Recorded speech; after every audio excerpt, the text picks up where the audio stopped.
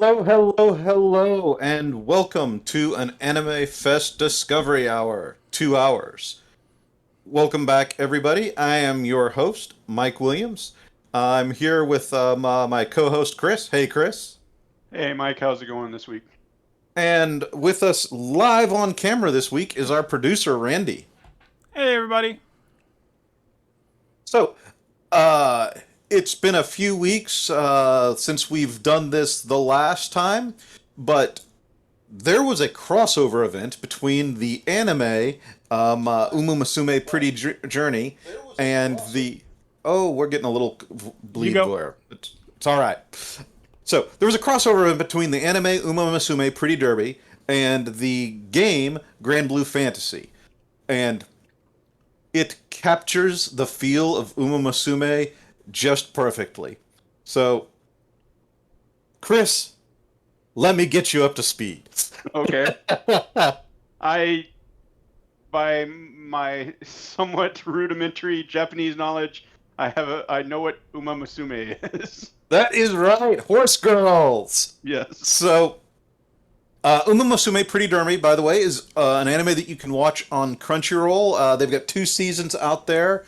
It is a lovely show. I can't recommend it enough. Go check it out when you're done watching this. Of course. So, these horse girls all want to be the fastest horse girl in Japan. They want to win the race and be able to participate in the idol concert for the race winners at the end of the race. So, this is their goal as horse girls to be the fastest in Japan. Um, they're all going to a horse school or a horse girl training school so that they can learn to be the best runners. And as part of special training, one of the team, Goldship, who let us just say that Goldship is a unique horse Well, girl. if So you'll direct your attention to the left side of the screen, you'll see Goldship just being Goldship. She is not only a member of the cast of the game and the anime, she is also a VTuber and shitposter. When the brand launched, it launched with an anime that was, Mike, how popular? it is the Uma Musume Pretty Derby DVD sales, excuse me, Blu-ray sales, are amongst the top 10 Blu-ray sales of anime, comma, period. I mean, think of all of the anime that's out there. All of it. Uma Musume is top 10 in Blu-ray sales. So you can imagine what happens when you have an anime that is a mobile game tie-in. You can imagine what it's going to do for the popularity of the mobile game, right? Well, you would be wrong because the mobile game was in Okay. development hell. The anime launched around the time that the mobile game was supposed to come out. Because video games are hard. Video games are hard. Because video games are hard, it wasn't until 2 years later that the game ever actually launched. And it launched to some fanfare and great success, but during those 2 years, they had to do something to keep the brand alive. So they took Goldship and made her a VTuber. And it is just all sorts of wacky sort of shit posting. I mean, really, it's shit post. I can gloss it up, but there's a term for this. I'm pretty sure it's in the Webster's dictionary at this point. It's shit posting. And during one of these things, she had KMR, who is essentially the lead producer for a lot of the different mobile games, including Granblue Fantasy and Shadowverse and some other ones which I can't remember right now. Sorry, my brain is fried because it's Guild Wars and Granblue Fantasy right now, and you can't run away from Guild War. So she had KMR on her YouTube channel, like as an interviewee, and she challenged him to a game of Shadowverse and got completely destroyed. And, that was that. But then later, they had a rematch after, Goldship learned how to play the game some more. They had a rematch. They had a rematch, and Goldship won. And what Goldship asked was, hey, because I won, I want to be in every Cygames game. And he responded with, we'll see what we can do. Well, fast forward to 2022, and yes, sure enough, she is in Shadowverse. She is in Granblue Fantasy, and not only is she in Granblue Fantasy, a big chunk of the cast, and it's gonna play out just like any other episode. In fact, several episodes of the show, because these things are quite long. So without further ado, let me switch on over to here. Just so I'm clear, this is Shadowverse, the digital card game. Yeah, right? Shadowverse, the digital card game. She is her and several other of the horse girls now have their own cards. Here, let me tab out so the music stops playing. They have their own cards. They are leaders, so you can have them as your icon, and they do special attacks.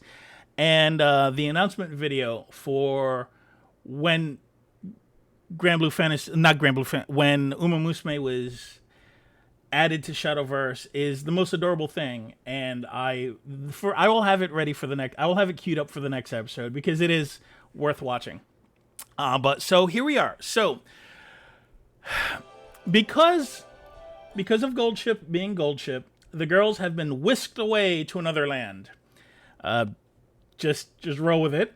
On a special training regimen to make them all the best horse girls, and they come across a magic lance that can, speak and is guiding them to the various treasures that they need to find so they can A, get back home, and B, learn how to be the best horse girl because, these girls have motives. Mike tells me that this is all entirely in character and also entirely weird. So we just finished up essentially, we finished up Hopes and Dreams. We finished up Hopes and Dreams. That's right. That is right. A beach episode. They had, like any anime, there was a beach episode. So we had the beach episode right out the gate. And we're about to start with the Passion of Dance. Hopes and Dreams was also the first of 3 big training arcs. They had to catch the Demon Bream. Yes. A fish of unusual size. Yes. A full-on, we're gonna need a bigger boat kind of fish. It's really, and it's not the first time that they've made a lot of Jaws jokes in Granblue Fantasy. You can tell that the creators of Granblue and all the writers really love them some Jaws, because on the some of the best summer events all involved sharks and shark hunting and shark people. And one girl, she's a perfectly normal. One of my favorite characters in Granblue Fantasy, I have to go on the side here, is a perfectly normal girl named Meg. She's perfectly normal. There's nothing unusual about her, and she just wants to go to Auguste for her summer vacation, and she saved up, or she wanted to. So this summer event is taking place during all of the other Granblue Fantasy summer events. So her vacation is being ruined by whatever you did last year during summer. And it becomes a running thing, and at the very end, she becomes this super powerful warrior because she's like, screw this, I'm going to defend Auguste from summer events. And it's a thing. It's a thing. She's great. So it is time for the Passion of Dance.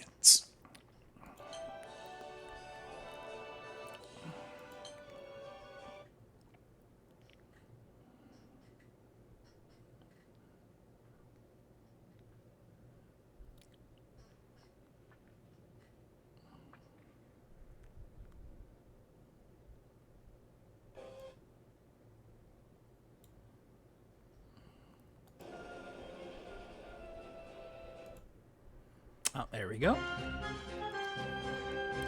With their intense battle with the demon ring behind them, Special Week and the girls now possess the first of the scrolls needed to complete their sky training. Without a lull in their momentum, they take off through the skies with my crew, seeking the next scroll. 次の目的地はホットプリーズ群島。豊かな風に守られた場所らしいです。This is Edom.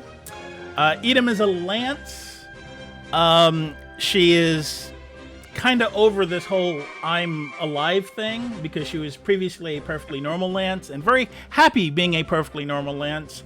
But now she was just born into this new life and she's a baby and she hates it. Quite a ways off from Stormbringer. Yes, quite a bit. And you know this is a horse-related event because she has little horse ears. Okay. Are you getting an idea of what kind of show this is? Okay. I'm getting it. You get it. それを言うならポートブリーズじゃねえか。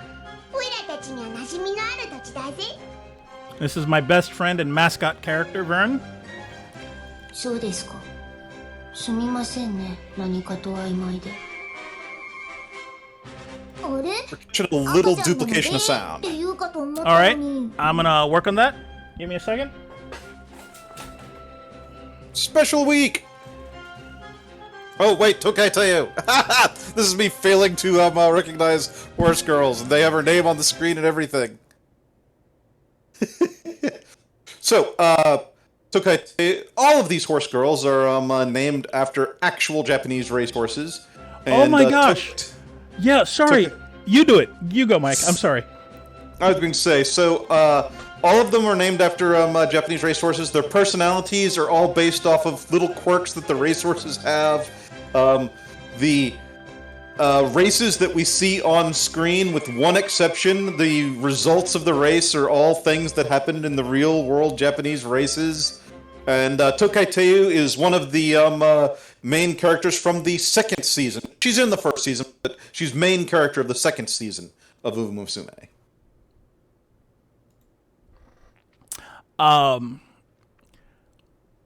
So when you see Gold Ship being Gold Ship, that's entirely based on the horse.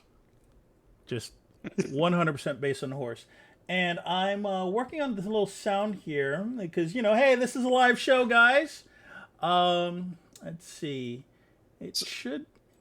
So as an explanation for the horse Gold Ship, while Randy's working on the sound, there was a race where Gold Ship decided, I'm not actually interested in winning this race, I'm interested in following that horse. Which is great, quirky, fun behavior. Unless, of course, you're a horse in a horse race. But yeah, Gold Ship's a character. That's awesome. Give me a second. Do you hear the... Hold up. Are you I getting do not this? hear a duplicate.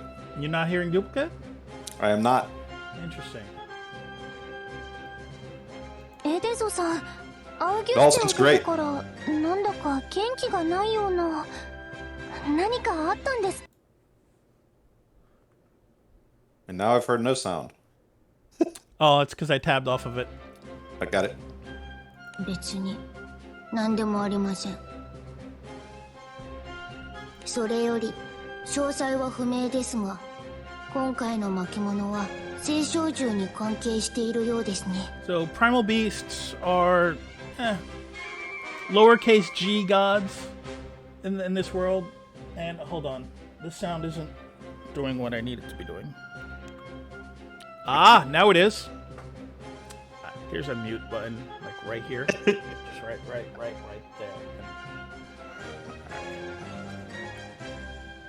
青少獣？なんか強そうな名 You 前 know, だ some of ね。 them are monsters, some of them are sapient. You know, I have some on my crew. We're cool. 一 Very 体何な Final んです Fantasy の？ 14. その青 Yeah, 少獣というもの Yeah, は it's if, you know, like Sheva and Alexander decided to hang out with you and join your party instead of only showing up to do a kaboom and then f off. Yeah. So, and Majiro McQueen is also the other main character from second season, and Special Week's main character from first season.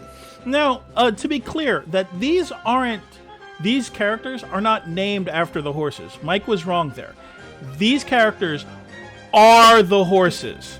The spirits of the horses from Japan have transcended space and time to be reborn as horse girls in this world. There we go. This is transdimensional equine possession. And if they would have told me that, I would have been interested in the show way earlier. But yeah. Mixed strength and import. それってもしマダイの時みたいに戦うことになっちゃったら Leave any fighting to me. はい私たちがついていますそれに聖少女の So it was during this event that I learned that these girls are superhumanly fast and superhumanly strong. I did not realize, I thought these horse girls were just girls. But no, they're as strong and as fast as horses. 俺の親友ジェイドも聖少女なんだ今は眠りについているんだが Walder got in the wrong line in casting. He's actually from a Sentai show. Hey, he's a sweetheart. He is. Heart of gold. お前の親友ってことはめちゃくちゃ楽しいやつなんだよな Yes, she is. いずれシルバーにも合わせてやる If he likes you, he makes you one of the honorary forest rangers. So he has made Goldship the Silver Ranger. Even though gold is in her name, don't ask. The Rangers clasp hands and exchange a smile. Majiro McQueen ponders next to them. とはいえ荒事に巻き込まれることも覚悟した方がいいかもしれませんねそうね気をつけて向かわないと Silent Suzuka, the fastest of the horse girls, the one to beat. The Grand Cypher lands in Port Breeze. The girls' ears and tails stand on edge as they descend the ramp into another unknown. Edom guides them to the place stored in its memory.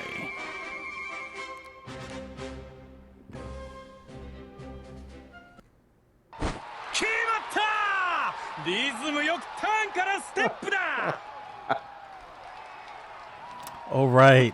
I forgot about this chapter. It's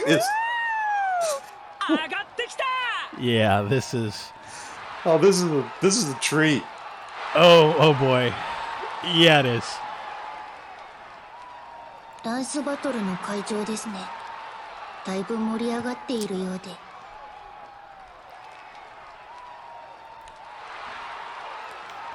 This island was featured in the Love Live collaboration. どういう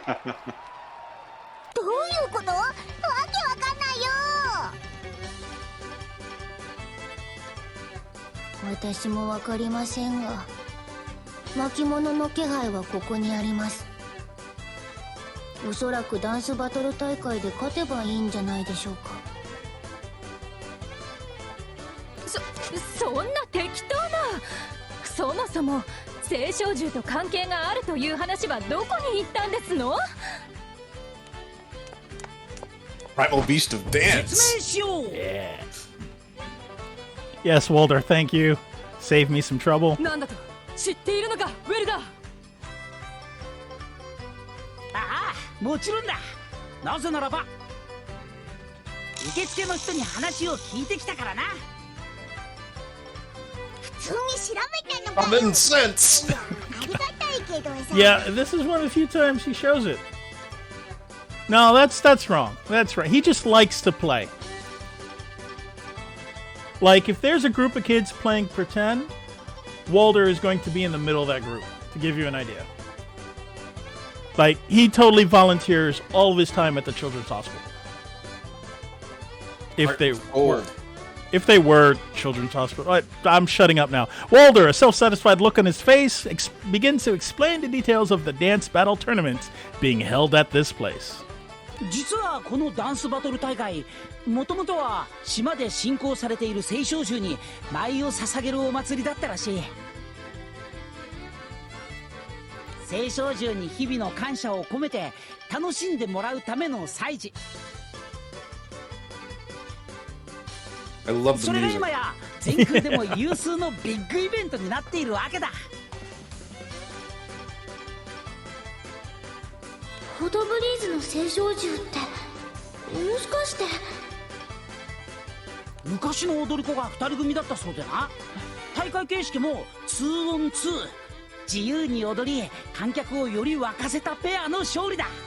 今大会は前回優勝のエルーンのペアを筆頭に史上最高レベルの大会らしいぞ。よーし、ここはトレセン学園弱小ダンス部の私がてっぺん取るしかねえね。 I mean, there is the idol dance after every race. 行くぞ山岡ベルデ、私たちのセンスを爆発させようぜ。 Yeah, she sort of adopted him as a sidekick. やるぞシュバーダンスレンジャーとしても活躍できる己の才能が憎い。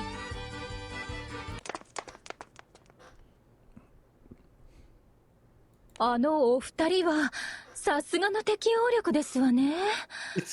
見習いたくはありませんが。Do you want a dance battle? Do we? Let's go! にしてもダンスバトルか。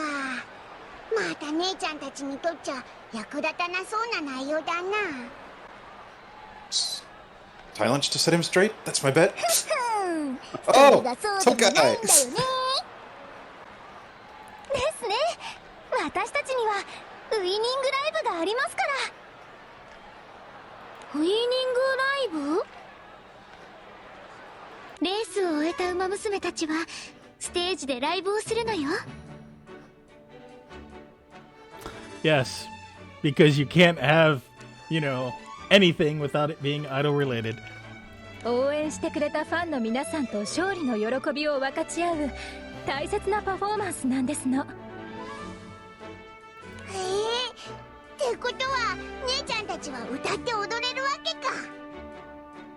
楽しそうです。私も見てみたいな。 You're gonna get to see a dance battle today.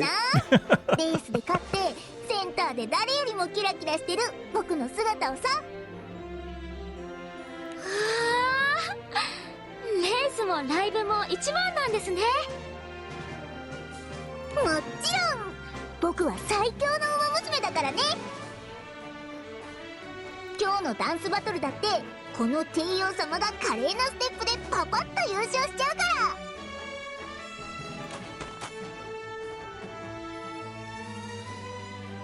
A confident smile spreads across her face as she shows off her technique. Her deft steps create the illusion that she is dancing atop a cloud. 私と同じ舞台に立つのですから、それは叶わぬ願いというもの。目白の馬娘として勝利を譲るわけにはいきませんから。じゃあ勝負だね。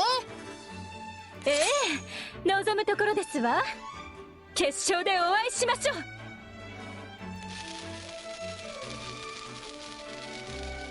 The usual sparks fly as Tokai Teo and Majiro McQueen prepare for the second leg of the Sky training course. So they're rivals? They are rivals. The second season is all about who comes out on top. 総監督の有能ゴルスちゃんがお前らの代わりに受付してきたぜ。エントリー締め切りが迫っていたからな。この組み合わせで提出しておいた。Well, the producers have formed denoting the pairs registered as teams in the competition. どれどれ？スペと静かにこいつとルリア、それと僕と帝王さんでペアです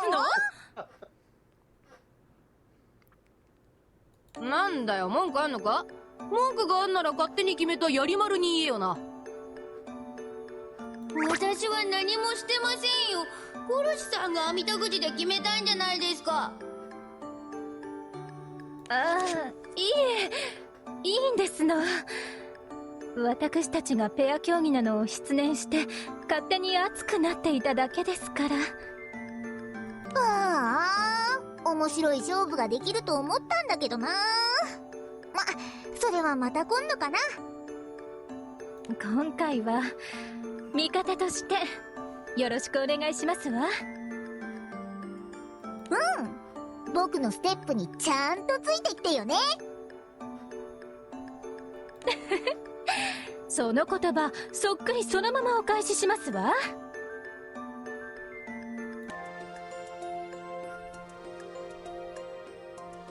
The crew are ready to face your next challenge head on. However, the girls will just soon learn how different dancing in another world can be.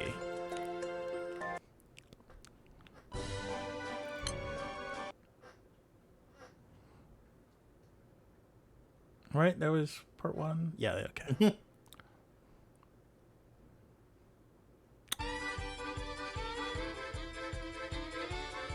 さあ次の対戦カードはこいつだ。ダンスマン&ダンスマシーン vs ゴルシウェルダゴールドシップさん、名前呼ばれましたよ。お相手の方はダンスマンさんとダンスマシーンさん、なんだか手強そうですね。あ、団長ドルリオの動力名でね。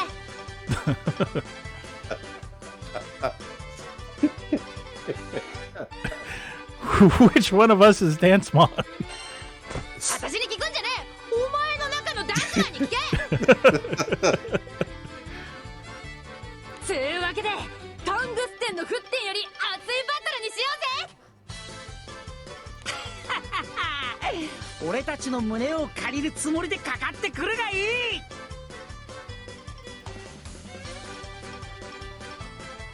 Crew's first match for the day is a battle between allies.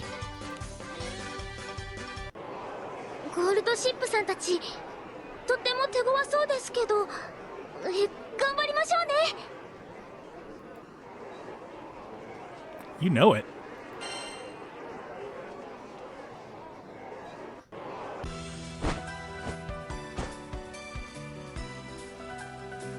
As soon as the music starts, it's clear that Zoop and Lyria operate at impeccable levels of coordination.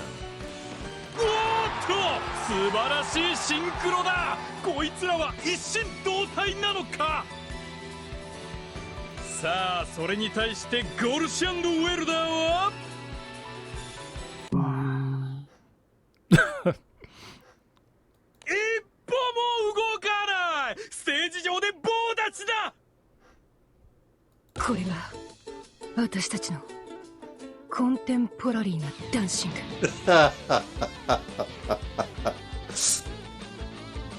私はちくわの前、静かなること、ちくわのごとし。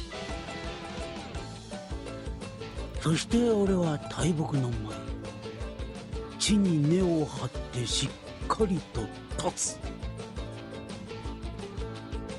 動きはなくとも俺たちの心は踊っている。さあ感じてくれブラザーズ。自然とちくわの禁断のコラボをな。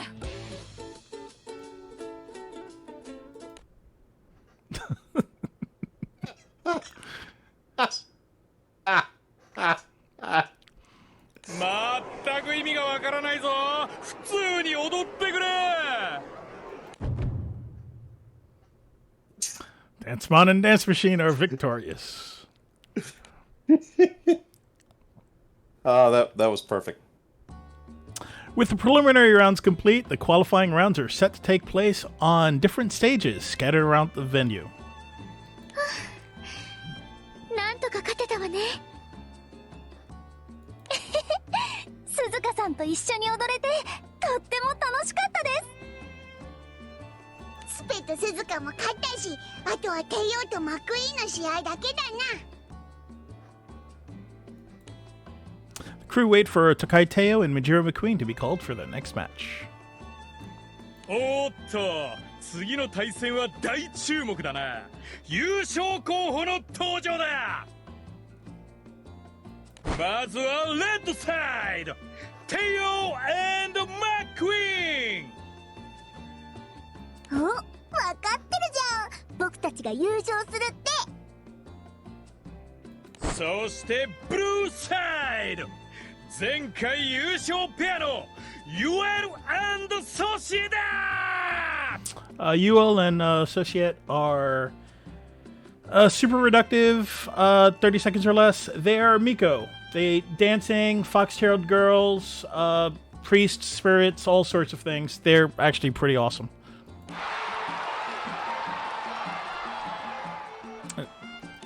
Pretty much everything they do is involving dance in some way. The crowd cheers. From the crowd reach the cheers from the crowd reach a fever pitch as the two Arun girls are introduced. どうもどうも、最強の舞姫ユエルちゃんたちが帰ってきたね。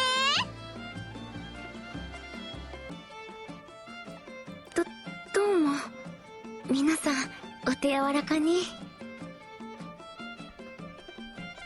どうしてユエルさんとソシエさんが？ Another cool thing with these little collabs is they'll just bring in whoever happens to be in the studio and write them in. So there'll be a lot of stunt casting as far as just characters that drop in and go, "Hi, I have nothing to do. So hello, goodbye." I like how these こない人前で characters 恥ずかしいわ。apparent get more and more extravagant, like Final Fantasy characters. Yes, yes, literally that. 前はお散歩中に大会見つけて、ユエルちゃんが出たいって言うから一緒に参加したけど、何もわざわざまた出場しに来おへんでも。まあ楽しかったし、ええやん。それに前回の優勝者がおらんと大会も閉まらんやろうし。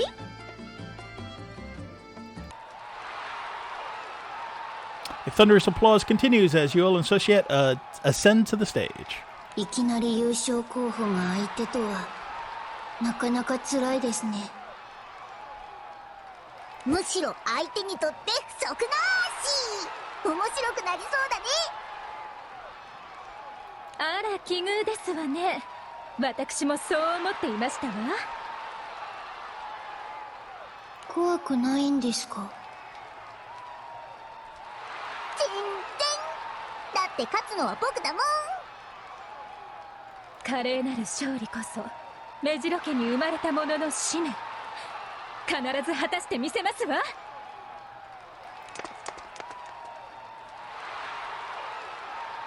The two girls leap to the stage with dazzling smiles. やっぱりキラキラしてるな。辛くても頑張れる眩しい理由があるんだ。赤ちゃんやりの私には、いや、大人になったってずっと縁がない世界。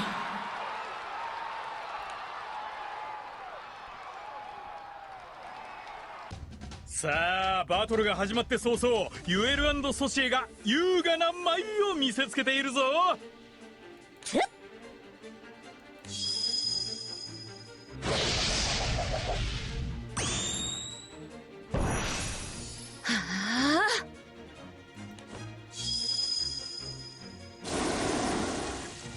すごい綺麗な火の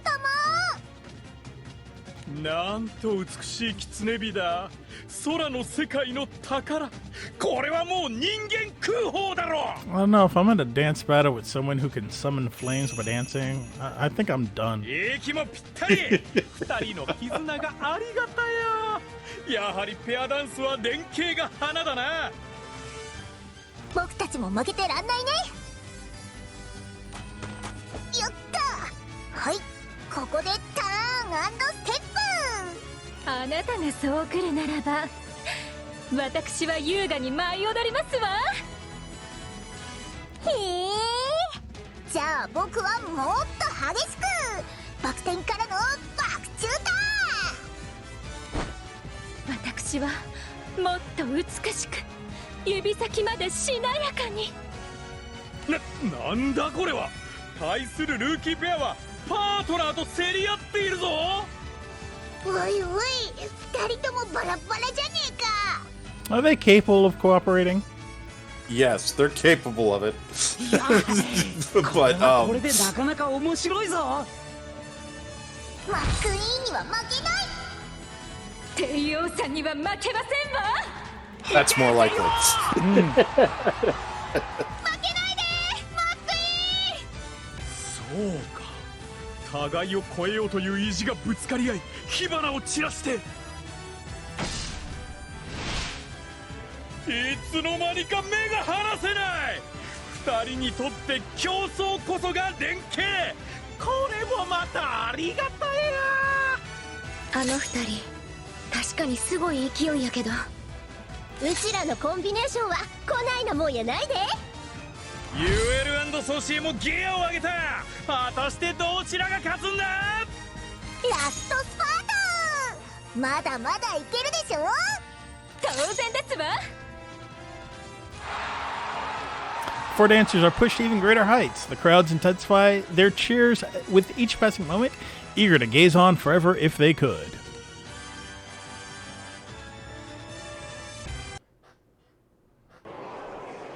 The two groups meet off stage. After the match finishes, they sing the praises of each other. お疲れさ、テヨマックイーン。ユエルさん、ソシエさん、対戦ありがとうございました。うちらの前にあんな風に対抗してくるなんてな。ほんまに熱い戦いやったわ。まあうちらの負けっていう結果はめっちゃ悔しいけどな。 Despite their defeat, however, Yol and Societe do not seem all too bothered as they face their opponents with gentle expressions. またやろうね、僕たちとダンスバトル。もちろん次はうちらが勝つ番や。 The promise of the rematch is sealed with a handshake, and the duos make to go their separate ways. よかったらこれを受け取ってもらえるやろか。おお、これってブラシ？尻尾用のくじなんよ。これで毛並みを整えるとえらい調子がようなるんよ。ありがたいですわ。実はこちらの世界に来てからあまり手入れできていなかったんです。これで尻尾をトゥルントゥルンにして絶対に優勝するね。うん、頑張ってな。みんな手強いけど二人なら大丈夫や。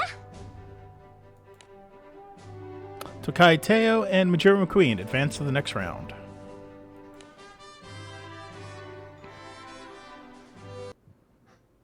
Meanwhile, on another stage, Dance Dance Counter Revolution. ダメだわ。どうやって戦えばいいのか。こんなのって反則だべ。 Special Week and Silent Suzuka are facing a most formidable opponent.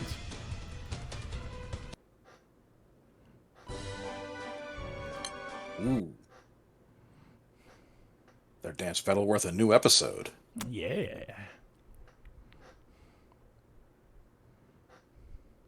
Zoop and Luria find themselves eliminated after the third round in the Port Breeze dance battle competition. Tokai Teo and Majiro McQueen are the only crew members remaining in the tournament. It's time for the final matchup has come. The time for the final matchup has come. So it sounds like Our mystery villains. Spec and Special Week and Silent Suzuka were taken out. yeah. こんな Mystery 展 dancer. 開を誰が予想したか。決勝に勝ち残ったのはどちらも初出場のルーキーだ。レッドサイドにはテイオ&マックイーン。激しい連携を見逃すな。Doesn't matter. これでおしまいか。なんかあっけなかったね。油断は禁物ですわ。気を引き締めていきますわよ。そしてブルーサイド情熱の踊り手タビーナアーテファゴー。 Okay, so Atia she's a Bollywood character. She is Perfect. legit from a Bollywood story arc, complete with all of the tropes. She's searching for her star-crossed lover. There are songs. Of course, dancing. And she rides a motorbike. There is nothing special about the motorbike. It's just a motorbike. And there's no reason why I'm saying this. And Tabina? Sorry. Atiapu is the name of the bike. Tabina I is see. the name of the character. Sorry, it's been a while since I've played her episode. Yeah, Tabina. That's fair. Tabina is the girl. Atiapu is the bike because the bike is named after her star-crossed lover, Atia. Got it? There's nothing unusual about this bike. あれは恋煩いの姉ちゃん？ほほう、パートナーが恋人の名を付けたケッタギアとはなかなかのセンスだな。ま、私たちのちくわツリーダンスには及ばねえけどね。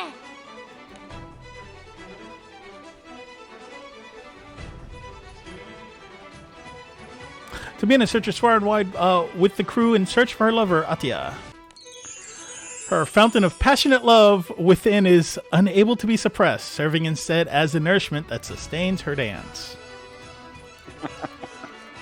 She's surrounded with See, I was gonna say, that's just perfect.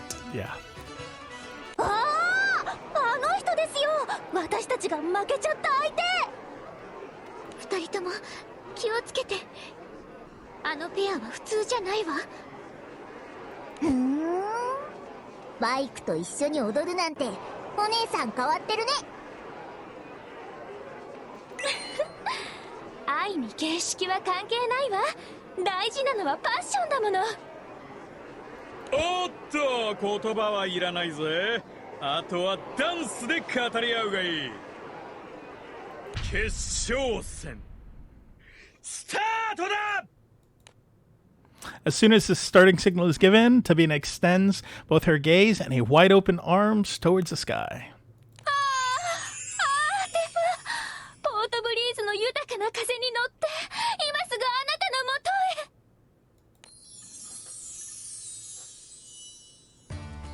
へ。 So, when it's time for Bollywood, certain rules apply. タビーナ専用の曲？ずるいよそんなの。Well, for one, music starts playing. いいえ、そうじゃないわ。私も信じられなかったけど、そんな音楽は流れていないのよ。それなのに聞こえる。タビーナさんの心が私たちに聞かせている。 Love it. 何それ、わけわかんないよ。彼に会ったその瞬間、恋の予感ときめいたの。太陽のもと誓おう、愛の花を咲かそう。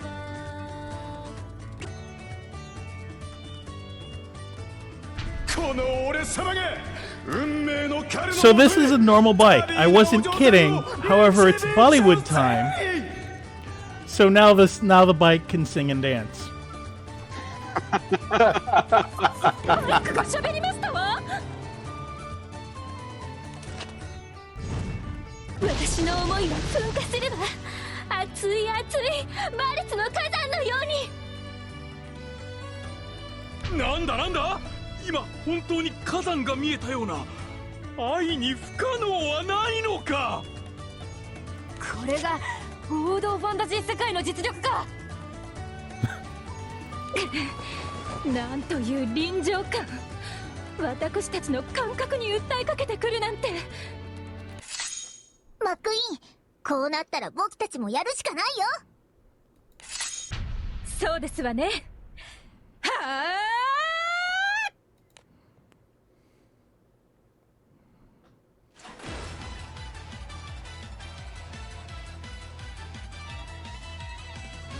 With a quick glance and nod, Tokaiteo and Majora Queen know what they must do. They begin to step in sync. これって馬ぴょい伝説です。センスが爆発している。激しい楽曲が聞こえてくるぞ。おっと、ここに来てテイオー&マックイーンも息の合ったダンスを見せる。おお、なんだか馬ぴょいしてきたぞ。いいえ、私には愛の火山が見えるわ。 Dancing from the two pairs has fully enraptured the audience. 勝負は互角。いえ、視覚にまで訴えかけた相手の方がインパクトは上かしら。くそー、もう一押し何か決め手がねえと。相手が悪すぎますね。パートナーがケッタギアで、しかも歌って踊れるなんて。お前今なんつった？いえ、物が歌い出すというのはなかなか反則ではないかと思い。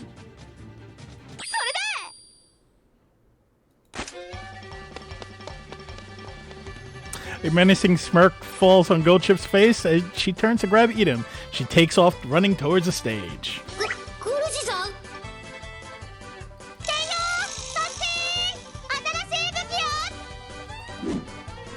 Edom becomes a javelin for a brief moment. Tokai Teo catches the lance and immediately understands the new strategy. そっか、こっちはエデスで対抗すれば。エデサさん、どうか一緒に踊ってください。いやいや、無理ですよ。やりですし、赤ちゃんですし。自由に動けばいいんだよ。大丈夫、自分を信じて。やってみましょう。私たちがフォローしますから。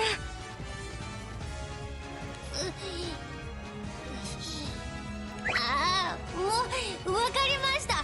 ぴょんぴょんするだけですよ。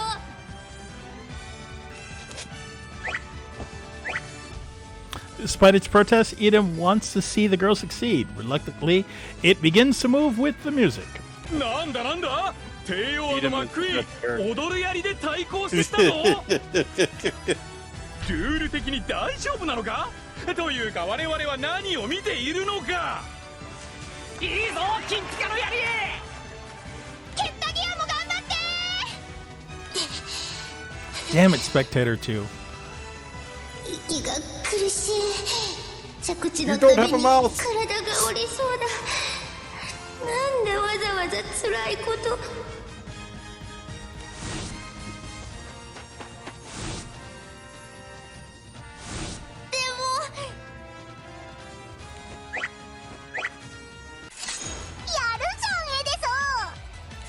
このまま駆け抜けますわよ。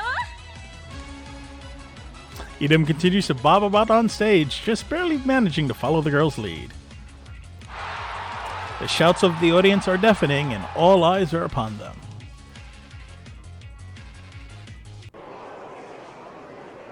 It lasts an eternity, but is over in seconds. Time is up for the dance battle. さあ、結果発表の時間だ。前代未聞のバトルの勝者は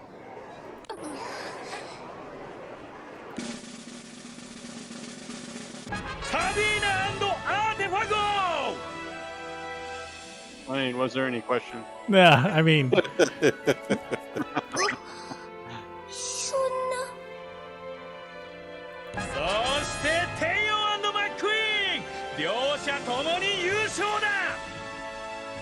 どちらも最高だった。お前らも納得だろ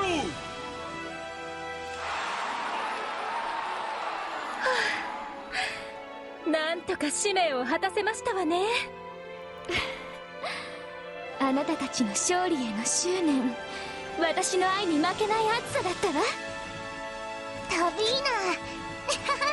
火山が噴火した時はさすがに焦っちゃったよ。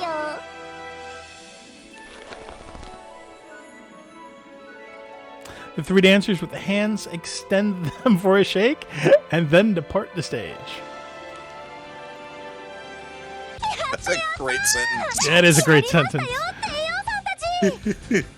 これも総監督ガレスちゃんの神采配のおかげだね。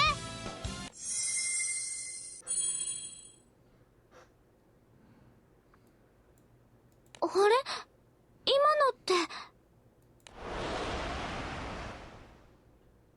The breeze flows in as if to offer relief to the fatigued dancers. She is the lowercase god of the island. Her thing is wind and breezes, and it carries something above the stage, and the item gently begins to fall. これって巻物ですわ。 The second scroll. That was episode 3 or 4? Yep, that was 3. So All right. 4 is the finale. That's right. It's the side games, so all the girls eat lots. Oh, very much so. They eat like a horse. 店員さん、すみません。おかわりお願いします。私もお願いします。おいおい、店の人参を枯らす気かよ。その辺にしといた方が。すみません。応援してたらお腹が空いちゃって。 Cheering, sleeping, sitting, walking, thinking. She's So always hungry. Yeah. わかります。見ているだけでも手に汗握るバトルでしたよね。もう食べ過ぎないでよ。今日の主役は僕たちなんだからね。 With the dance competition behind them, the crew make way to a nearby restaurant for dinner. 結果的には同着優勝。できればユウが勝つ華麗に圧勝したかったですわね。あそこのターンがビシッと決まってればな。反省して次につなげないとね。もし次があるならば個人戦がいいですわね。確かにマックイーンとは今度こそ決勝で会いたい。やれやれ、二人とも負けず嫌いなとこはそっくりだよな。 Varen exhibits a pained smile. He shifts his attention to silent Suzuka as she unfurls the second scroll. 書かれていた言葉は許しだったわね。一つ目の巻物と合わせると針に許しか。さっぱりわからんな。わからないといえば結局巻物が手に入った理由もよくわかりませんでしたわね。確かに商品ってわけじゃなくて急に風に乗って飛んできましたもんね。 Lyria offers a theory. 思ったんですけど、試練の条件はティアマトを喜ばせることだったのかもしれません。さっき風が吹いた時にティアマトの声が聞こえたんです。楽しかったよって。そうか、ティアマトはポートブリーズを守る聖少獣。大会の結果がどうってよりもお祭りの本来の目的を果たせばよかったってわけか。はい、どうしてそんな内容なのかはさっぱりわかりませんけど。 Crew turns to Edom for any more possible insight. もちろん私もわかりませんよって。まあ筋肉痛ぴょんぴょんしまくってたもんね。あなたの奮起があったからこそ勝利することができたのです。本当に感謝していますわ。いえ、私としても試練が成功しなければ元の槍に戻れないわけですし。しかしこんなに体が痛むとは思わず、もうダンスなんてこりごりですよ。そう言うけどさ、結構ノリノリだったよね。 One second.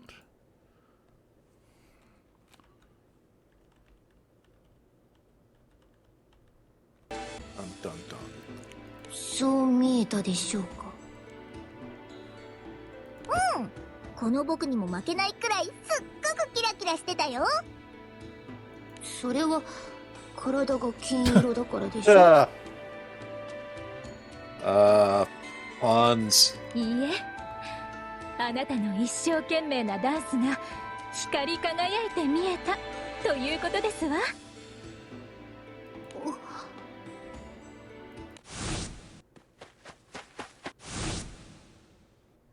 And Suzuki-ron, 私 sing も them dance. あんな風に。Fervid memories from the past few days come to mind. あんなにキラキラ踊ってあんなにお客さんを沸かせたんだもん。実際楽しかったでしょ。わかりませんけど、なんだか悪くない感じでした。ほらほら、やっぱり素直じゃないな、まったく。なぜないでくださいよ。ちょっと触られただけで飛び上がってますね。あんまり痛むようなら冷やした方がいいと思うぜ。氷水に浸かるとかよ。どうせ浸かるなら今はブルーアウギュステの気分ですけどね、なんとなく。なになに、今になって興味湧いてきたの？悪いですか。 Crew smiles at Edom as the lance seems to be opening up. これで巻物はあと一つ。ゴールが見えてきましたね。 You're just gonna get that weapon drunk. これも全部総監督ゴルシちゃんのおかげだね。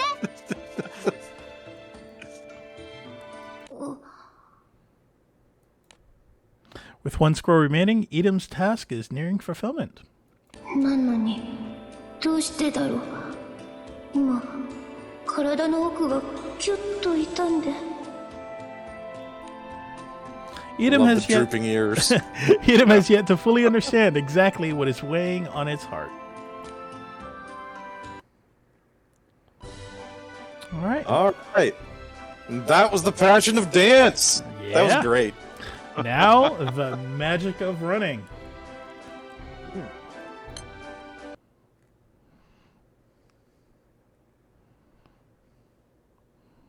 So we had a beach episode.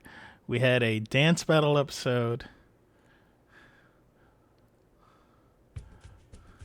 As the Grand Cipher soars to its next destination, Special Week and the other Uma Musume are on cleaning duty. The floors and walls are left with a sparkly luster as the girls handedly cover every inch of the ship. マックイーンさん、ちりとりってどこでしたっけ？ちりとりなら奥の戸棚のそばに立てかけてありますわよ。そうでした。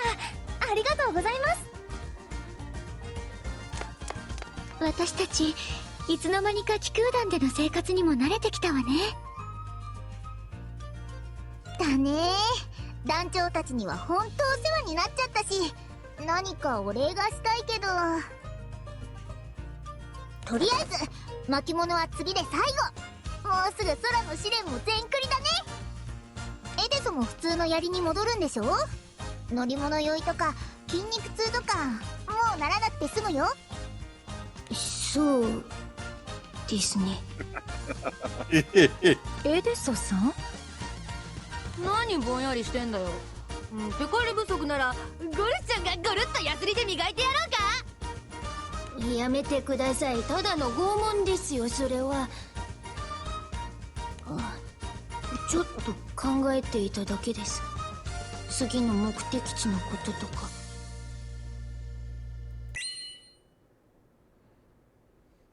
Edom's here stands straight up in intense concentration. さて、どうやら最後の巻物はレースで勝ち取るようですね。What a surprise. 久しぶりに走れるんですね。走りたくてうずうずしてたよ。これまでの集大成ってことか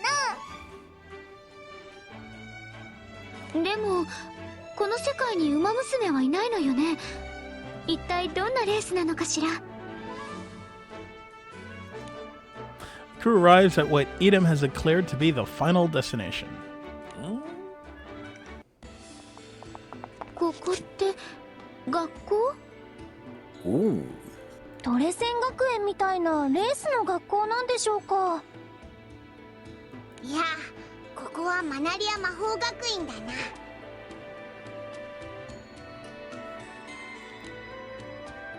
The Syria Academy, the most prestigious educational institution for magic in all of the Phantagran Skydome. And also featured in another Cygames show.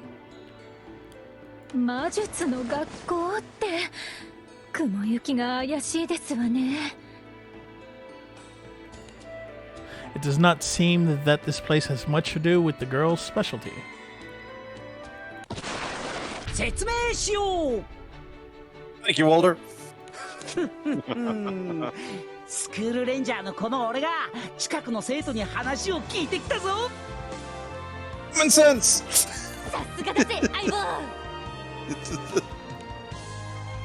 Walter clears his throat and begins his briefing. マナリアカップ、マナリア魔法学院が主催するレースが3日後に行われるらしい。コースはこの島の外周、3人チームでの競争だ。へえ、チームレースなんだ。俺だけならただのマラソンだが、マナリアカップは一味違う。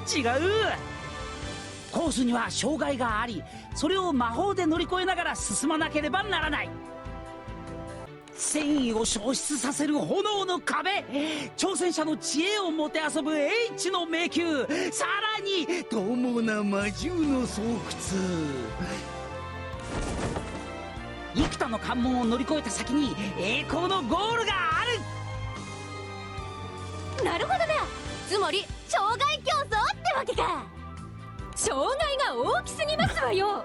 レースというより魔法がメインではありませんか。その通り。別名マジックレースとも言われているからな。自分の足に魔法をかけてスピードアップしたり、はたまた相手を魔法で妨害したり、派手な魔法のぶつかり合いで当日は大盛り上がりらしいぞ。本当に私たちがその大会に？何かの間違いだと信じたいですが。残念ながらマナリアカップでの優勝が最後の巻物につながるようです。The girls ponder exactly how they are going to become well acquainted with magical knowledge in just 3 days' time, Special Week raises her hand. でも結局は先にゴールすればいいんですよね。だったら私たちの足でゴールまで駆け抜けちゃいましょう。炎の壁も？はい、そこはもう気合で。まあそれしかないよね。マダイだってダンスバトルだってなんとかしてきたしそさ。の息は素晴らしい。だが今回はそうもいかなくてな。このレースには魔力が扱えるものをチームメンバーに含むことという参加規定があるんだ。私たち魔法なんて使えませんよ。 They just come from a normal world with, horse girls. Yeah. At this rate, the Musume will not be able to even register for the race. They begin to practice magic in earnest. But no matter how many magical textbooks they comb through, or how wildly they wave their wands, or how basic the spells, the girls' efforts bring in little results. 燃え盛る炎のイメージで。はやー！もうなんで何も起きないのさ。杖が壊れてるんじゃないの？私もうまくいかないわね。呪文は合ってるはずなのにどうしたらいいんでしょうか。まあ魔法ってのはすぐに使えるもんじゃねえからな。大会まであと3日。間に合うとはとても思えませんわ。Jeremy Queen's ears droop in a visible display of disappointment.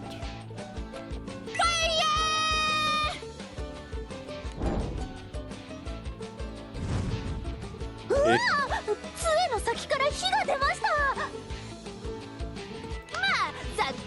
もんだ。ゴルシちゃんに不可能ワンね。すごいよゴルシー、魔法が使えちゃうなんて。魔法とゴルシは3文字しか違わねえからな。親戚みてえなもんだぜ。でもちょっと待って、ゴルシ先輩が持っているのって。あっち、お先をやけどしました。Goldchip's magical instrument of choice is not actually a staff, but a lance. いやあ、こいつって浮いてるし、水着に変身させる変態特技もあったろ。絶対魔法的なあれだと思ってさ、適当に振ってみたけどビンゴだったぜ。では今の炎はゴールドシップさんではなくエデソさんの魔力で？そのようですね。試しに炎をイメージしてみたら出てしまいました。これで問題解決だな。私が槍之助を握って出りゃ運営も文句ねえだろ。参加規定は魔力が扱えるものをチームメンバーに含むこと。なるほど、魔力を持つエデソを扱ってるから問題ないわけだな。大問題ですね。参加は承認いたしかねます。なんでよ、ルール的には OK でしょ。無茶をおっしゃらないでください。このレースの過酷さをご存知で。確かに島一周という距離は長大ですが、私はステイヤーです。ゴールドシップさんも体力は十分に。問題なのは障害の方です。危険なものも多いため、きちんと魔力に精通していないと。それなら大丈夫です。もう一人のメンバーは気空士の団長さんですから。 That's me! 気空士の方ですか。確かに場数は踏んでいそうですが。Yeah, I'm the protagonist. The race organizer pores over my entry document. After some time and last bits of paperwork, the entrants from the crew are decided. Goldchip and Mijiro McQueen, who are skilled in long distance races, and me, a Skyfarer who excels at combat and related crafts. Your dancing outfit was better. Yeah, it was. 魔法使えないものが出た記録はないんです。現在の参加規定になっているのは魔力を持たない助手のためですが、実際に適用された例はなく、ましてや謎の槍を持っただけの一般人だなんて。おい、実行委員さんよ。そいつらを一般人だって甘く見ねえ方がいいぜ。番長さんはマジただもんじゃねえべ。もちろん連れの嬢ちゃんたちもな。翼、タイガー。 These are the local toughs. へへ、マナリアカップ開催と聞いて俺っちたちも走りに来たっす。 Tsubasa is a student at Mysteria Academy, though he also travels with a crew in a special study abroad arrangement. Abroad, not aboard. Taiga and Rentaro are two of Tsubasa's friends and members of his gear cycle gang, the Red Wind. That's right, a biker gang. They are the local biker gang. Vern has even served in the squad as an officer. And there he is in the little corner there with a special biker outfit. It was a thing. That helmet with a spike on it. ここに熱いもん持ってるかどうか、こいつらの目を見りゃわかんだろうがよ。 Tsubasa gives the race organizer the business. どうかお願いします。無茶は重々承知ですが、私たちは本気なんです。 The race organizer lets out a heavy sigh in the face of the crew's persistence. わかりました。これ以上は何も言いません。 Security. Yeah. 参加を承認いたします。ですが、くれぐれも万有に走らぬよう。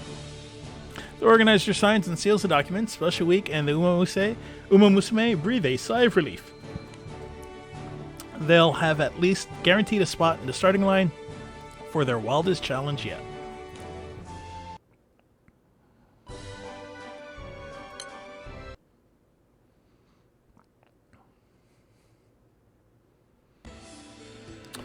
The race participants are thinking up their strategy in preparation for the Mysteria Cup.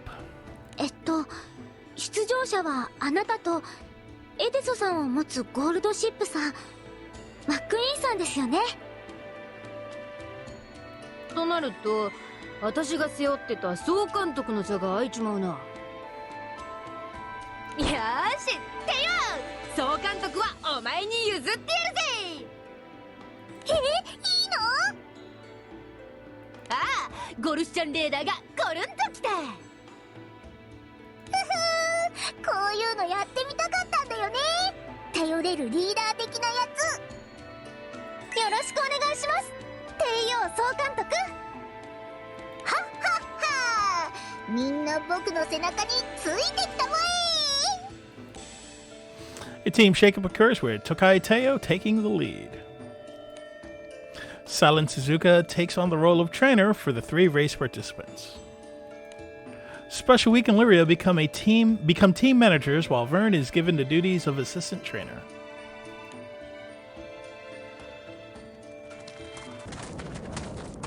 Tokai Teo and the racers depart to inspect the course. うわー、岩がむき出しじゃん。ゴツゴツしてて走りにくそう。 As track conditions are very important for horses. Indeed. 案内によれば当日はこの辺りにドカンと炎の壁が立つらしいぞ。飛び越えられるような高さじゃねえみたいだけど、どうやって突破するんだろうな。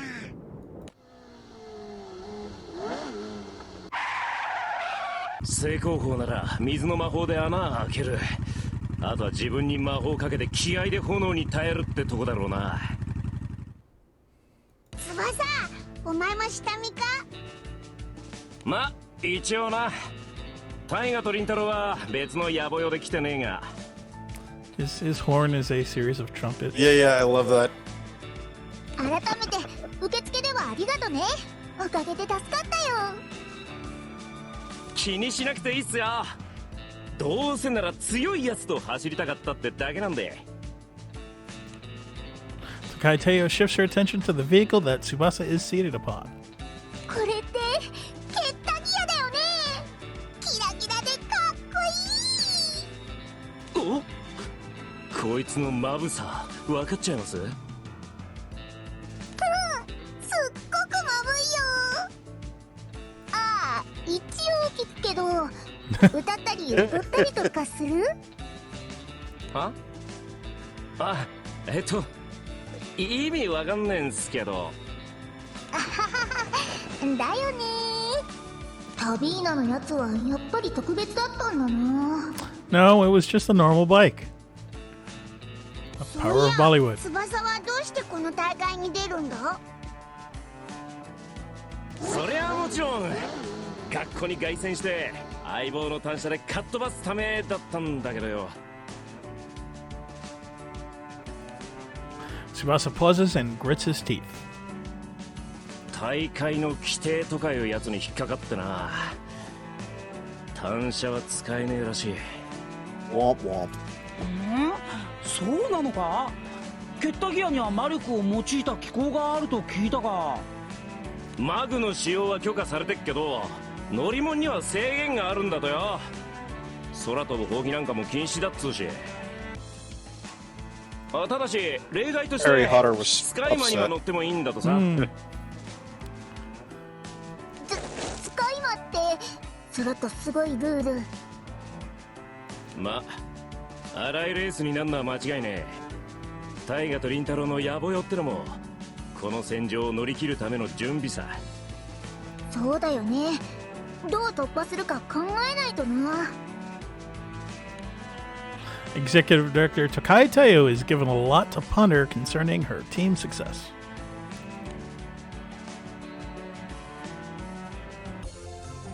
Meanwhile, Majiro McQueen and Goldship are training for the big day. 柔軟運動終了ですわね。鈴鹿トレーナー、次のメニューは何だ？次は軽くランニングでしょうか。ランニングか。もっとイケてるやつにしようぜ。池の水全部バケツリレーで抜くとか。よくわからないけど体に負荷がかかりすぎると思うわ。鈴鹿さんの言う通りですわ。レース本番が近いのですからコンディションを整えませんと。だっけれ整ったとか整ってねえとか、こっちは謎かけやってんじゃねえんだ。 So Goldship, while not being a super rare character in the Uma Musume game, is the hardest horse girl to actually train. Like, even Goldship's real life trainer has commented on this. かけるならあんにしろ。対象はもちろんチャーハンだ。バケツでたっぷりドバってね。チャーハン？皆さん、マネージャーの私たちがお昼ご飯を用意しましたよ。来たか、あんかけチャーハン。今日のメニューは Make 人 me 参ハ hungry. ンバーグです。だとあんかけチャーハンだ。ねえのかよ。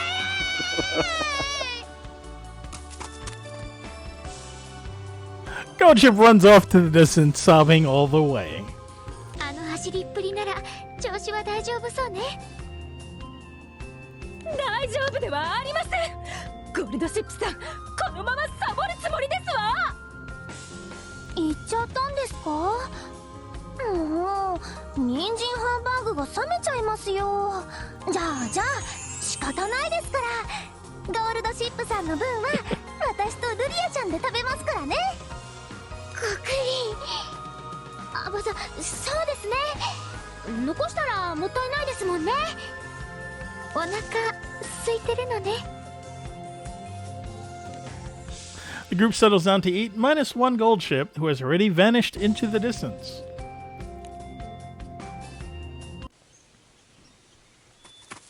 池はどこだ？コルシさん、ずいぶん走りましたけど、帰り道は覚えてるんですか？なんだお前、ついてきたのかよ。ゴルシちゃんの大ファンか？あなたが私を掴んでいたんですよ。と言っても、ゴルシさんは私の所有者ということになってるので、基本的にはそばにいる決まりですが。決まりなんか破るためにあんだろ。ほらエリクソン、今こそ世界に羽ばたけ。待ってください。こんな山奥で放られたら。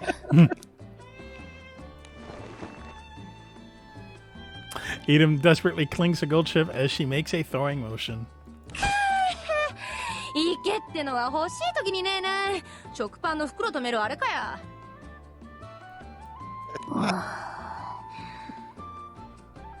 A great simile. Metaphor? Metaphor. ゴルシさんにも走る理由があるんですか？お、いきなりどうした？いきなり大納言かお前は。気になっただけです。他の馬娘の方たちと違ってよくわからないなと思ったので。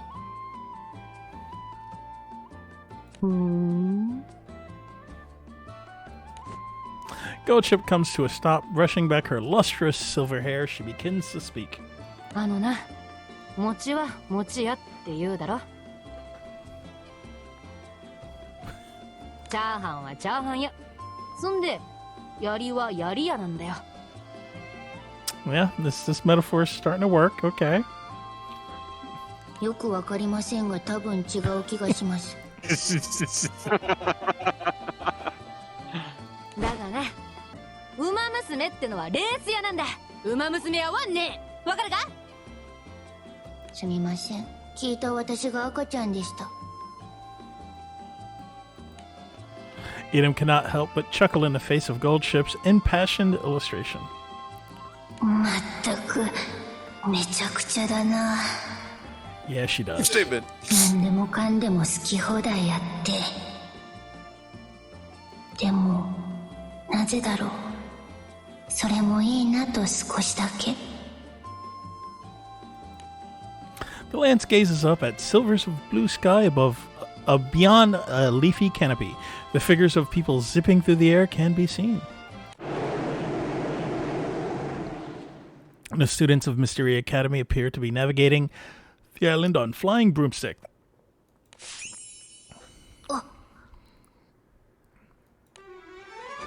The lance experiences a moment of enlightenment. コルシさん、面白いことを思いつきました。This will end well. Was that 1 or 2? That was 2. Okay.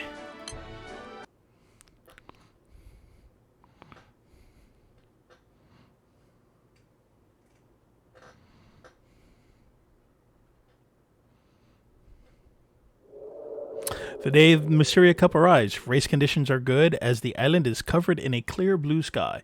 The participants gather at the Academy gates. The course spans a lap around the island, and the race is decided when they arrive back at the gates. いよいよですわね。昨日は興奮しすぎて夜になるまで眠れなかったぜ。安眠できたようで何よりで I す。 love that. That was a very Goldship sentence. I couldn't sleep a wink until it was time for bed. Yeah, yeah. うんうん。みんな調子は良さそうだね。それでどうかね。総監督の僕が考えた作戦は。手応えはありますわ。フォーメーションの練習はきちんと行いましたし。No problem here. I hop into the cart equipped with handles for pushing. ゴルスとマックイーンで団長の乗ったカゴを押す。やっぱりこれが一番だよね。帝王さんたちと初めて出会った時の体勢ですね。マックイーンたちは走りに集中して、こいつが目の前の障害を何とかする。いい作戦だと思う Ah, the rickshaw strategy. Let's do this. でも大丈夫なんですの？乗り物には制限があるのでしょ？ただの荷車だったらいいってちゃんと許可はもらってるよ。そうでしたの。これで心置きなく優勝できますわね。私たち観客席のある丘の上から応援してますから頑張ってくださいね。おう、任せとけ。 After special week and the others take their leave, Tsubasa crew approaches.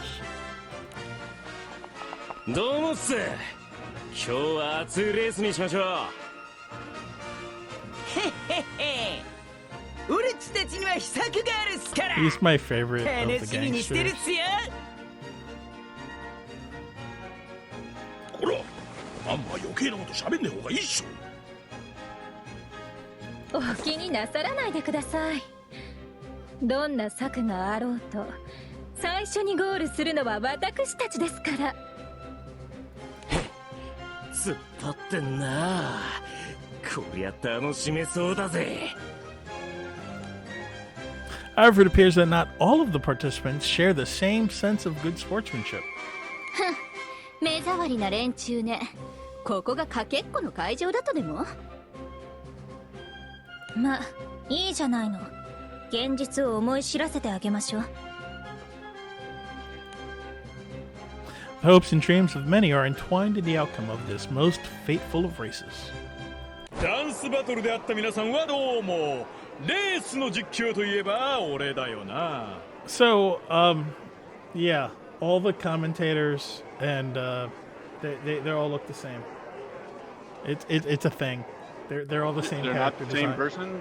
No, not the same person. They're completely different people, as you can tell.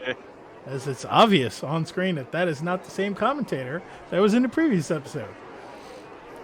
You're the worst Nurse Jenny yet. It is, yeah. It is a Nurse Jenny situation. 100%.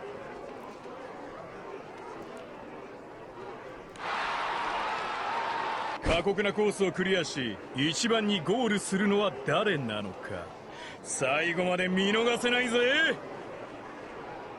それじゃあ行くぞOn your marks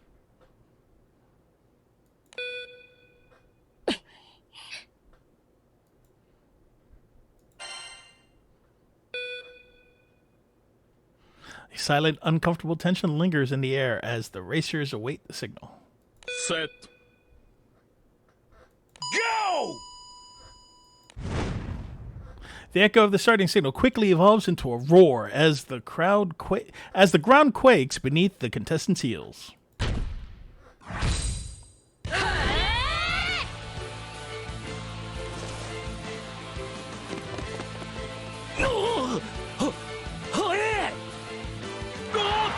Team 帝王はものすごいスタートダッシュだいつの間にかチーム名をつけていたのねチーム帝王最強っていう意味を込めてね魔力を感じないわただ走っているだけなの落ち着いて作戦通りに行きましょう魔法陣を書いて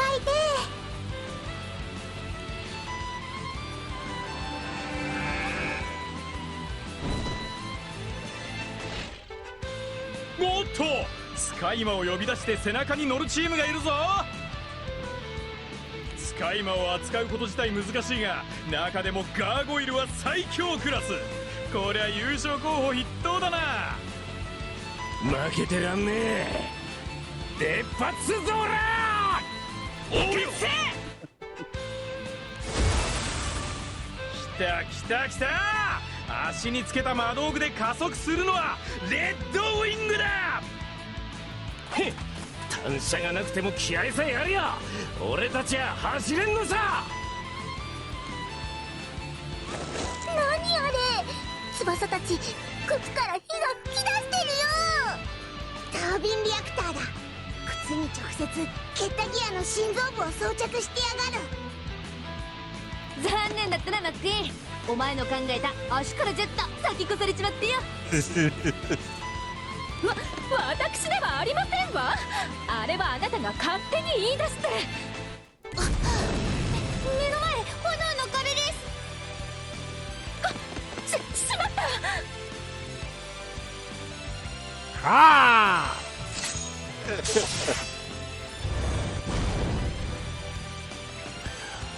I strike the blazing barrier with enough force and speed to create an opening with the ensuing gale. さすがは団長だぜ絶対魔法よりやべえだろ今のおかげで花に立てましたわこのまま進んでいけばさせないわ後ろから冷え冷え警報だぜこれはガーゴイルに乗りながらの魔法攻撃が襲いかかる魔術師でもないくせに調子に乗るんじゃないわよ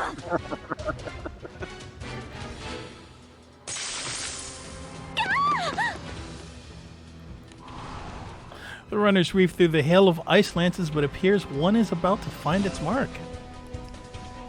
Look out!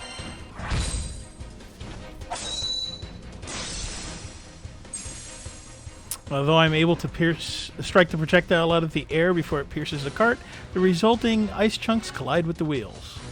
Oh no! And it's enough to cause considerable damage and throw the pushers entirely off balance.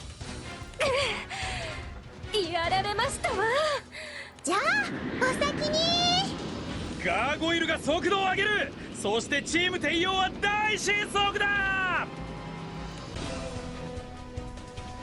くそなんてことしやがんだだが魔法による妨害は正式に認められているこれがマジックレースか As the girls struggle to regain their balance, the group is passed by several rival teams. ち大丈夫っすか。にゃろう、皆さんの仇は俺っちたちが取るっす。 The Red Wings pass the crew. どうしましょう。このままじゃまずいですよ。あの荷車は団長と馬娘の架け橋だった。障害を突破できる団長と圧倒的なスピードのシルバーたちをつなげていたんだ。もう立て直せないんでしょうか。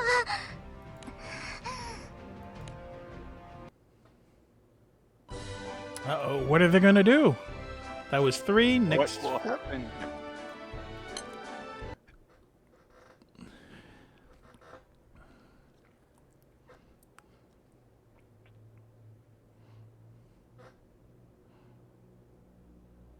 No, I might need to refresh its Guild War, so the servers are slow.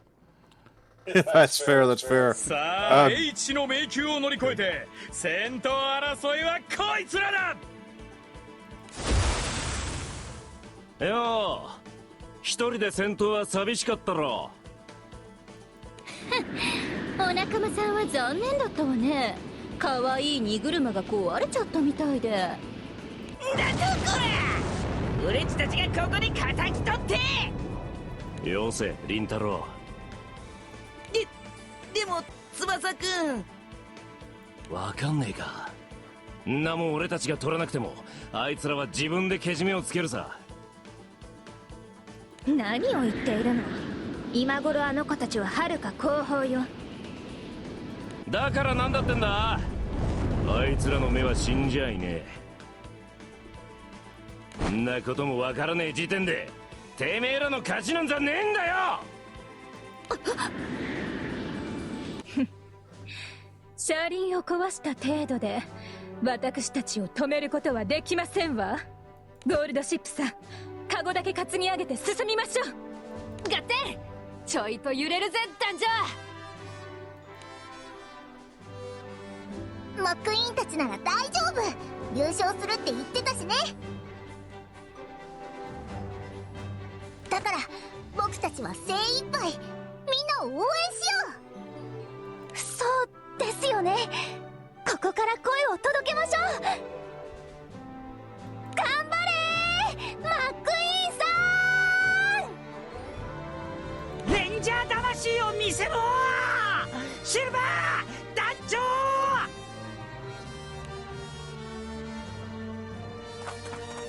Having suffered a great setback, the crew struggled to regain their momentum from before. このまま進んでも逆転は難しいですわ。何か方法を考えなければ。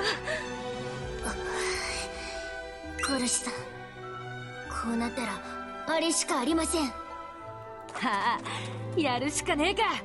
一か八かの大博打。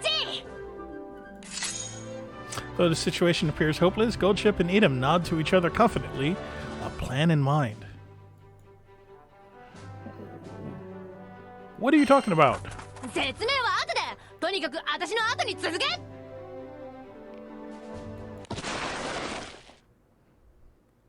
Edom in hand, Goldship screeches to a halt and then throws one leg over the lance. これお前らも。 The Majora Queen show no hesitation as they mimic Goldship's action.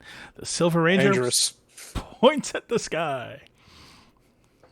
やりはやりやじゃねえってことは証明してみせやがれ。了解しました。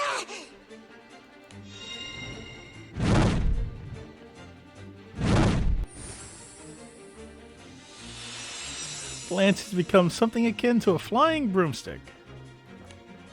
They rapidly ascend into the sky. 飛んでる。飛んでますわ。エデソさんにこんな力が。おっしゃー、そのままゴールにぶっ飛べ。言われなくても走り切ってみせます。日本一の馬娘になる。トゥインクルシリーズで勝ってお母ちゃんたちに誇ってもらうんです。かしら。私はただ走りたいから走っているだけだもの。全然。だって勝つのは僕だもん。華麗なる勝利こそ目白家に生まれた者の使命。必ず果たしてみせますわ。だがな、ウマ娘ってのはレース屋なんだ。ウマ娘はワンね。わかるか？赤ちゃん槍には眩しすぎて最初は目を背けた。でもこんな私もキラキラ輝ける。皆さんがそれを教えてくれた。私の理由はありませんけど、あなたたちには光ってほしい。だからコールしてみせる。Eden musters every last bit of magic power it has. The lance starts through the sky at incredible speed. チーム帝王逆走です。コースをどんどん戻っている。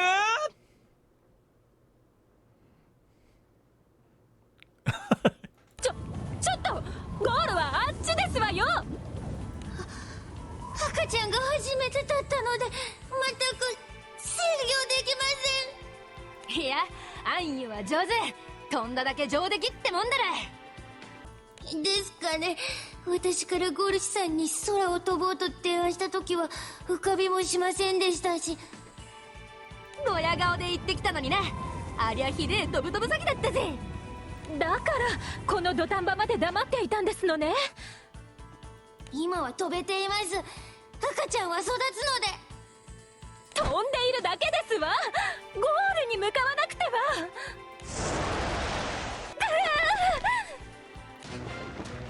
Passengers grip Eden tightly as the lance zips erratically through the air.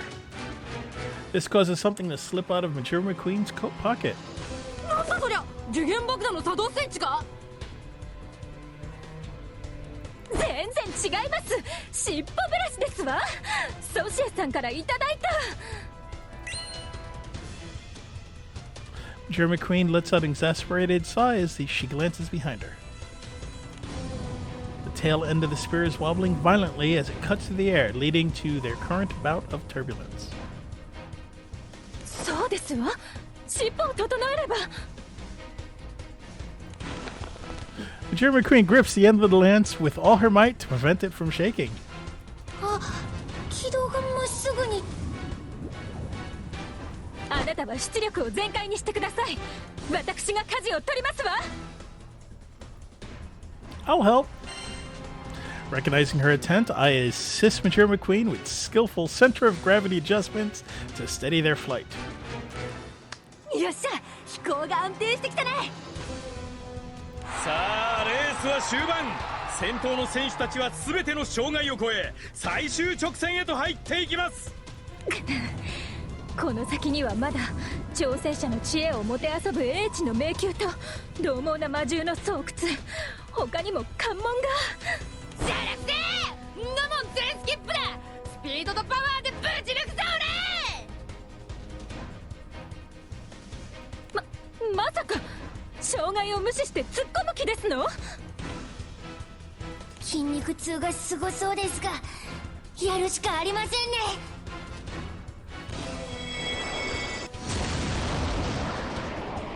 The surrounding scenery blurs as Edam's increased acceleration makes it seem as if the crew is flying through an oil painting. 迷宮の壁をぶち抜きやがった。こりゃ本当にいけるぞ。頑張ってください。あともう一息ですよ。そのまま先頭まで。ヒーローになれ。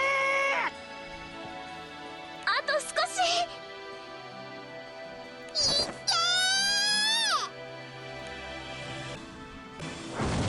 さあ、先頭ではガーゴイルとレッドウィングの一騎打ちだ。しかしガーゴイルの方がわずかにリードか。威勢は良かったけれど残念だったわね。やれやれ、残念なのはてめえの方だぜ。このでけえ気配が感じられねえとはな。He needs more pompadour. ここでチーム帝王が来た。ほうきではない槍に乗っているぞ。まさか本当にしつこい。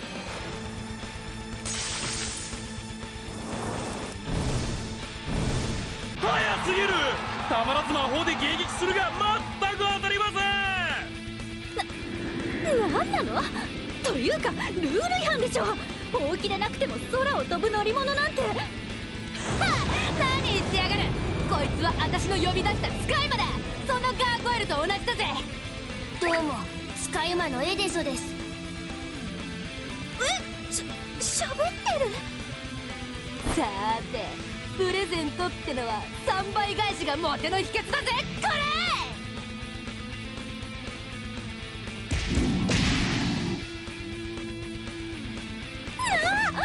ガーちゃんを直接蹴ってゴリスちゃんのマジックキックだ。実質魔法力のキー。 The stunned Gargoyle is soon overtaken by the Red Wings and Team Teo. Tsubasa turns to speak to the crew, a beaming smile on his face. へっ、この時を待ってたぜ。最後の勝負望むところですわ。ゴール前で競り合うのはチーム帝王とレッドウィング。両者一歩も譲らない。果たして勝つのはどっちなんだ。 A dramatic battle unfolds between two teams that are accustomed to different racing styles. Both run well outside of their comfort zones. Only one team will be able to claim crossing the finish line first.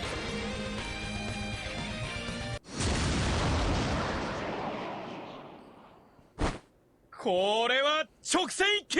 怒涛の追い込みで勝ったのはチーム帝王。チーム帝王だ。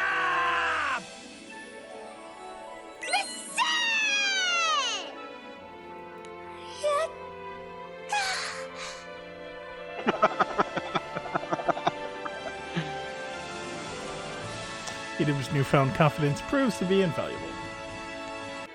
Jeremy Queen, Goldship, and I bask in the cheers of the crowd and the glory of victory. Ooh!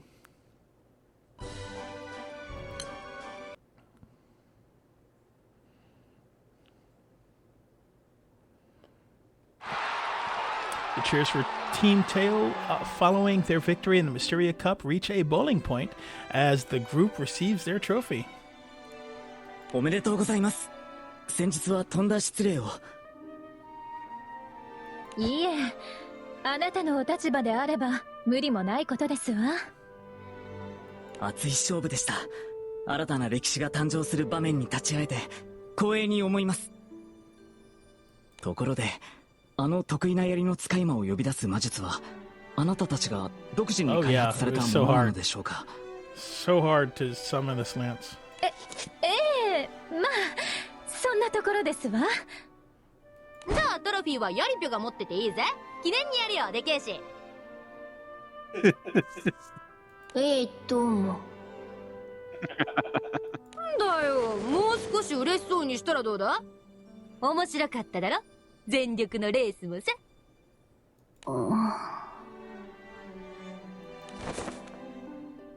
Goldship hangs a trophy from the head of the lance. After the ceremony is finished, the crew surrounds the trophy to get a closer look. また巻物が出てきましたよ。中に書いてあるのは「う」の一文字だけ。最初の巻物には「針」、次が「許し」、最後が「う」。これどういう意味？さあ、謎かけか何かでしょうか。ともかくこの謎を解けば試練は終わりということかと。私たちは元の世界に戻れる。私もお役御免。晴れて無機物に戻れるというわけですね。よし、それじゃ早速解くか。よりピッピは私が責任持って物干し竿に重用してやっからね。お好きにどうぞ。無機物に戻ればもう何も感じませんし。 The girls put their heads together to solve the riddle of the scrolls. 針許しう、針許しう、聞いたことないです。順番に並べるだけではいけないようですわね。じゃあまずは総当たりで並べてみよっか。針許しう、針う許し、許し針う、許しう針う。ダメだ、やっぱり全然わかんない。鈴鹿、何かアイディアある？私はあまりこういうことが得意ではないので。ゴルシ先輩は？ビビビ。ぐーブン。ゴルシ、エニグマモード起動。ツートトト、ツーツート、ツートトツーツー、ツートツー、ツートツーツート。 I really should look up what this translates to. とりあえずモールス化したけどヒントになりゃしねえな。でも Or modem noises need to be like used as a connecting sound for something. Yeah. それじゃあ他にも試してみよう。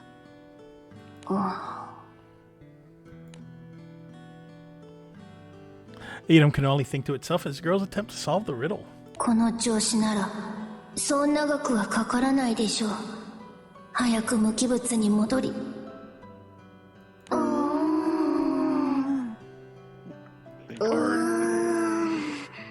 どうして、なぜ私はこのまま彼女たちに悩み続けてほしいと思っている。その時ふとひらめいた。ウイシュルイラフ。逆再生したけどどうだ？逆再生？どうやったんですの？自由すぎだよゴルシー。どうかしましたか、エデソさん。レース、そして自由。そうか、私はこのために。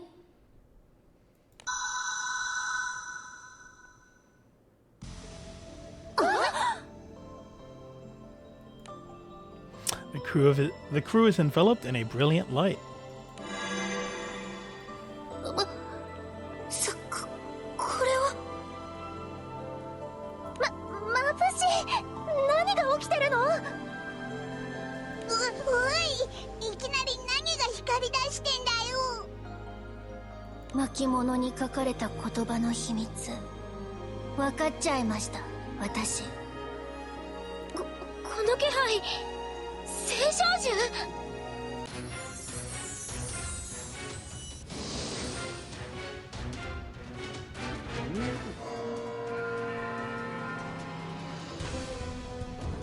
私の願いがこうして叶ったのです。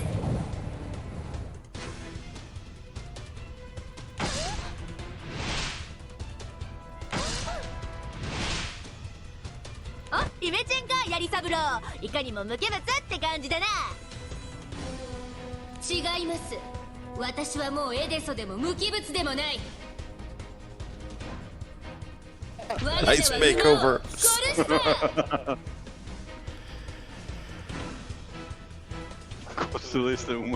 Okay, so Gosilius is of course Goldship plus Lucilius.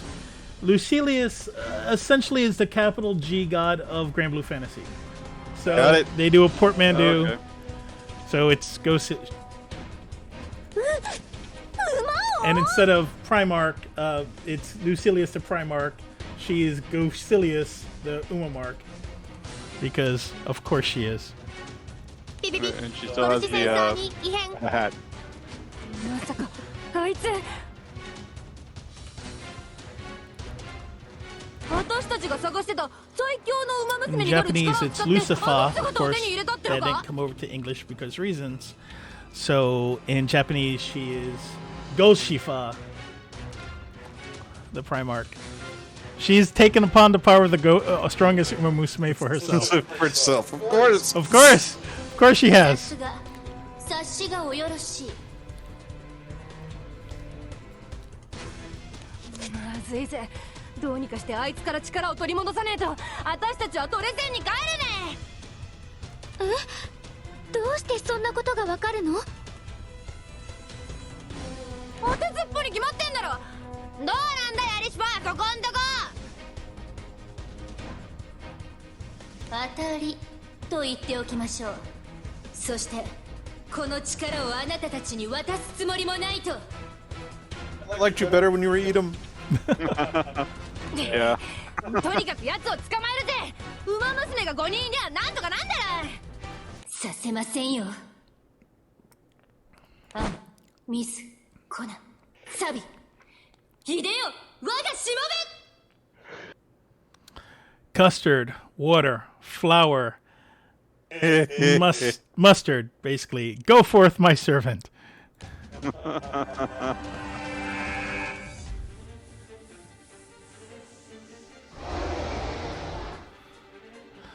Taya Queen, a giant. まだいじゃねえな。なんだありゃ。こんがり焼けた。空飛ぶ大きなお菓子。Taiyaki? Takoyaki? No, Taiyaki. Taiyaki, okay. まだ捕まるわけにはいかないのでね。さあ、お行きなさい。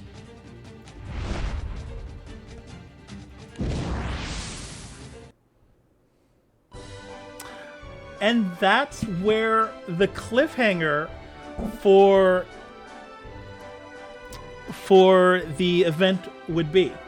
So we fight this giant takoyaki that spits mustard at us, and then would have to wait 2 weeks for the next part of the collaboration. As the collaboration normally lasts for a month, so they do the first half. There's a big cliffhanger, and then the last half. But here we are. Edom has taken the power of the strongest Uma Musume upon herself and unleashed a giant taiyaki. You know what, Randy? Yeah. It is 8:53. Yes, it a is. A cliffhanger is a great time. That's how I timed it. That is how I timed it. So what happens next? Now, normally, if we were playing the event live, we would have to wait 2 weeks. But instead, you would only have to wait 1 week for the final part of a fanfare to echo the skies. Folks, I hope that you've enjoyed this collaboration event with Granblue Fantasy and Uma Musume Pretty Derby. Play the game, watch the anime. This is some fun stuff. If you're not familiar with either of them, I hope you've gotten a good introduction from this little event. Really, check them both out. They're both a ton of fun. All right. Well, that's how are you doing, Jorge? You doing all right? Yeah, I'm probably gonna have to watch the anime to make any sense of all that. So. You really, really should watch the anime. It is amazing.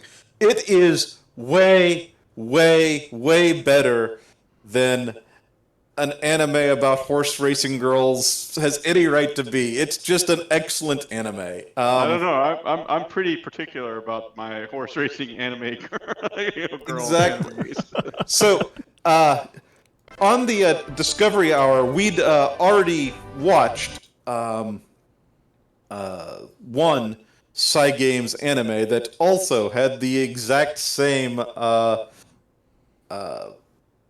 well, you know, it's far better than a anime from a mobile game had any right to be, and that was Rage of Bahamut Virgin Soul, which a lovely anime. Honestly, Cygames keeps raising the bar.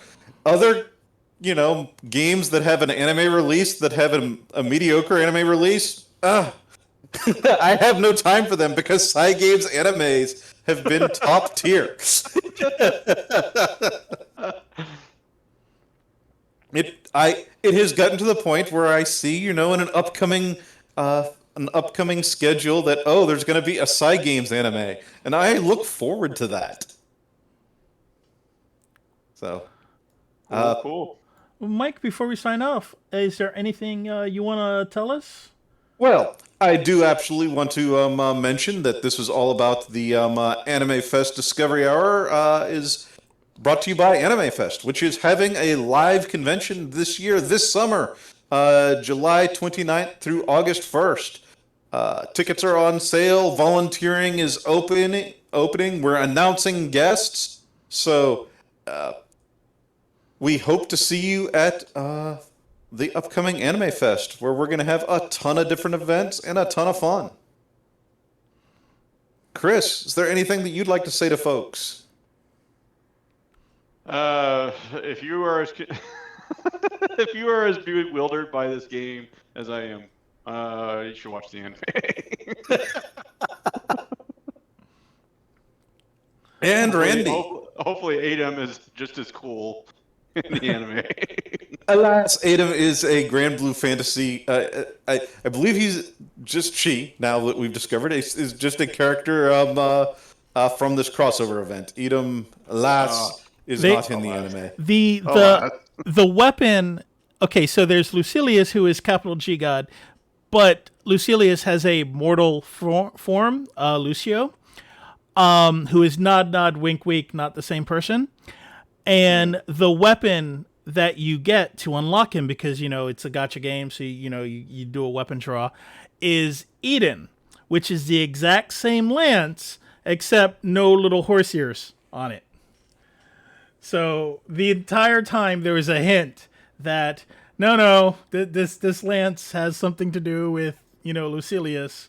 And, well, we just got to see the payoff there. Golcilius. Golcilius. But yeah, thanks for playing along, guys. Yeah. Have a great week, everybody. Indeed. Good night. Good night.